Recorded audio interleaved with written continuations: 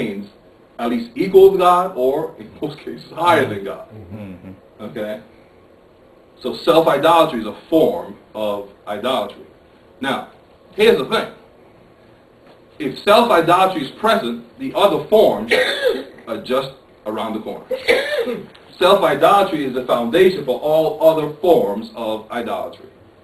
Self-idolatry is the foundation for all other forms of idolatry.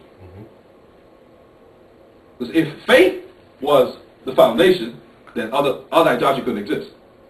See, if my life was to please God, well then no other idolatry could exist.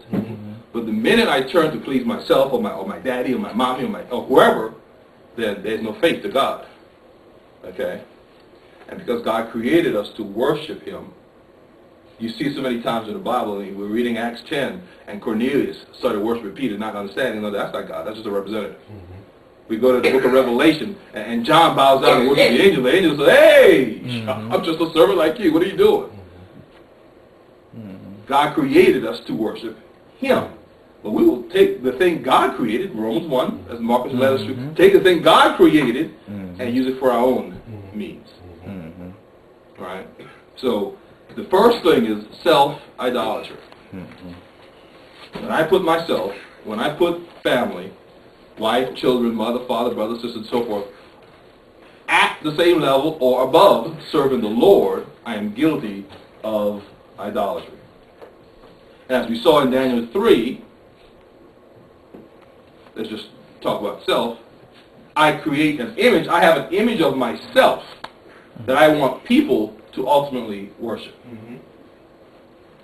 And anyone who does not worship me in that manner, I'm automatically against. And I'll operate in judgment. Because we're told not to judge, because when we judge, we condemn. We want the person dead. We've already assigned them to hell.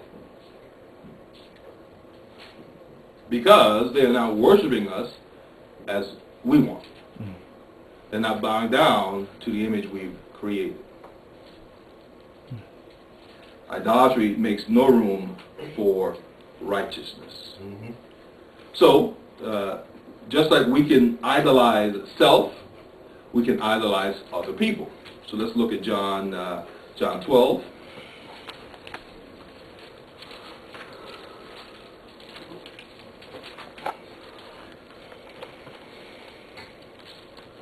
Verse 42 and 43.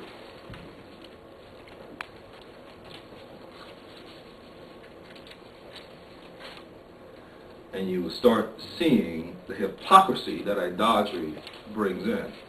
In John 12:42, it says, nevertheless, among the chief rulers also, many believed on him. This is believed on Christ. But because of the Pharisees, they did not confess him, lest they should be put out of the synagogue. For they love the praise of men more than the praise of God. Now, see, this is talking about many, many Christians. Notice it says, they believed on him. However, when it came to who do you please, well, we're going to please man. So God will say, well, that means you have no faith. Are you with me? From what we read earlier. Their focus is not pleasing God, their focus is pleasing men. So, just let's take these two and let's swap words.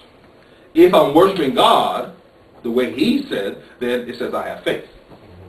When I switch to worship myself, there is no faith, but there is a substitute for faith. It's called pride and lust. So pride and lust is a substitute for faith. Are you with me? When I'm dealing with self-idolatry. When I now switch to worshiping others, again, there's no faith. Either I placate them, I give them what they want, regardless of righteousness, or in the case of people with authority, I abdicate, give up willingly, my role to satisfy them. The first time we see abdication is in the book of Genesis. If you've never studied it, when God calls Adam to the carpet, He does not record the first sin being eating of the tree. The first sin is, He says, because you have hearkened to the voice of your wife. Because you abdicated the role I gave you to your wife. That's the first sin God lists.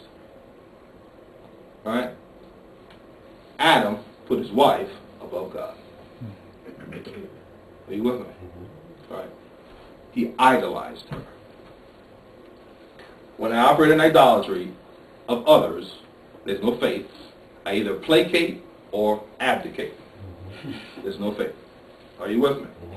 So we got self, we have others, and there's things. We idolize things, which is kind of what we're seeing in Daniel 3.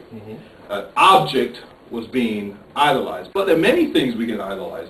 We can idolize an organization, right? It may be a church. If somebody's a member of your church and they leave, all of a sudden you hate the person. Now what if God told them to leave? That don't matter. They left your church. How dare them leave the church? This is the right church. We can make an idol out of God's thing. Right? Or if it's not a church we're idolizing, it can certainly be an organization. I'm an ex-fraternity member, and I certainly idolize my fraternity. Right? And many Christians, unfortunately, also belong to fraternities and sororities, and they idolize their fraternities and sororities.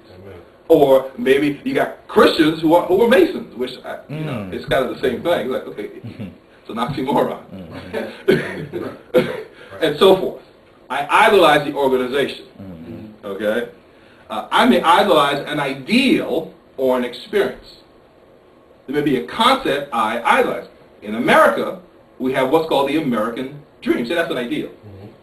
And many people, and I'm guilty of it, idolize that and worship that ideal. So much so, if they don't get what they want, which is what ultimately the American dream is all about, they get upset. As if they have I'm an American, I have a right to get that. They idolize the ideal. Are you with me? Similarly, I might idolize an experience. Now, I'm separating experience from past experience. I'll talk about that in a second. An experience is something that I simply desire. I've read about it, I've heard about it, it's something, so I live my life to get that experience, whatever that thing is. Are you with me? I haven't experienced it yet, but others have, and according to them, it's a good thing. And I now make it my life goal to get that experience. Are you with me? We can also idolize past experiences. Right? As a matter of fact, this is the condition of drug addiction. Any doctor will tell you the first high is the best high.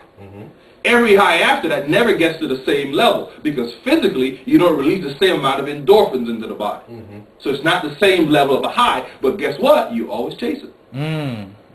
You can always chase it because, ooh, that was so good. Not knowing your chase, it's futile. It's futile. You never get there. You never release that many endorphins like you did the first time. So I idolize that past experience and I keep trying to get the same past experience. Not recognizing it'll never happen. Are you with me? It may not be drugs, it may just be anything. We may have had, I remember for years, I had a girlfriend when I was around 22. Oh, I talked about her for years. And the funny thing is, she was that great, I'd have married her, but I didn't. But I still talked about, oh, that was a great relationship. And I'll compare everyone to her. Not realizing, well, she wanted to marry you. She could have been that great. Are you with me? But I held her as a standard. It was just a wonderful thing, Truth be told, as a heathen, she was a PhD psychologist. She just probably never talked to me, that's all. We go against psychology now, but back then, at least she knew how to talk to a brother. We may idolize creatures. And I use the word creature because it could be a dog. We see people go crazy for their pets. Okay? It also could be the devil. Right? They are Satanists. Right? They worship Satan directly. It's not even it's direct. Satan. They worship him. So we can idolize creatures. We can idolize power. That's kind of part of the American dream, is it not?